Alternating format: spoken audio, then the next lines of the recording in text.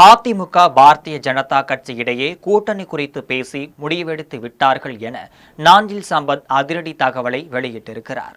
முன்பு எப்போதும் இல்லாத வகையில் வைகோ தலைமையிலான மதிமுகவில் மிகப்பெரிய அக்கப்போர் நடைபெற்று வருகிறது.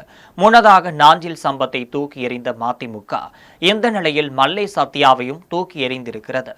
விடுதலை புலிகள் அமைப்பில் மாந்தையா போல் மல்லை சத்யா என் நெஞ்சில் குத்திவிட்டார் என வைகோ கொந்தளிக்க, தலைவரே இதற்கு பதிலாக ஒரு பாட்டில் விஷம் வாங்கி தந்திருக்கலாம், நான் சந்தோஷமாக குடித்திருப்பேன் என மல்லை சத்யா பதில் பேச, மதிமுகவில் என்னதான் நடக்கிறது என மக்கள் மத்தியில் தலையை பித்துக் கொண்டு திரிகிறார்கள். வைகோவின் வாரிசான துரை வைகோ முன்னிலைப்படுத்த வேண்டும் என்பதற்காகவே மதிமுகவில் சூதாட்டம் நடைபெறுகிறது என்ற சூழ்நிலையில் நாஞ்சில் சம்பத் தெரிவித்துள்ள தகவல் மிகவும் பேரிடியாக அமைந்திருக்கிறது. இது தொடர்பாக நாஞ்சில் சம்பத் பேசும்பொழுது, மதிமுகவில் வைகோ, துரை வைகோ தவிர மற்ற அனைவரும் என்னுடன் தொடர்பில் இருக்கிறார்கள்.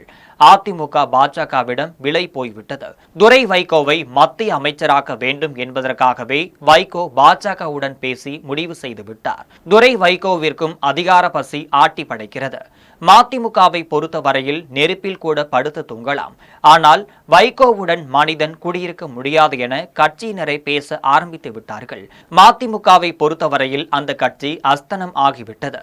துரை வைகோவை மத்திய அமைச்சராக்க வேண்டும் என ஆசைப்பட்ட நிலையில் அதற்கான முயற்சிகளும் நடைபெற்று வருகிறது.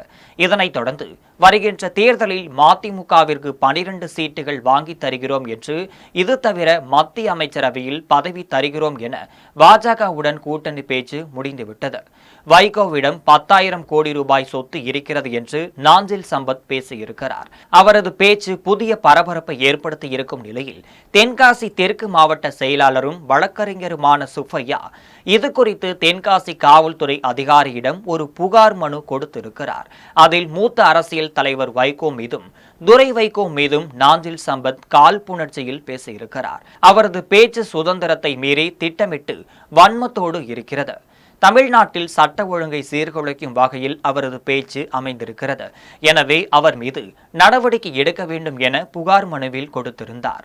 தற்பொழுது மதிமுகவில் நாஞ்சில் சம்பத் பேச்சுதான் மிகப்பெரிய பேச்சாக பேசப்பட்டு வருகிறது என்பது குறிப்பிடத்தக்க செய்தியாக இருந்து வருகிறது.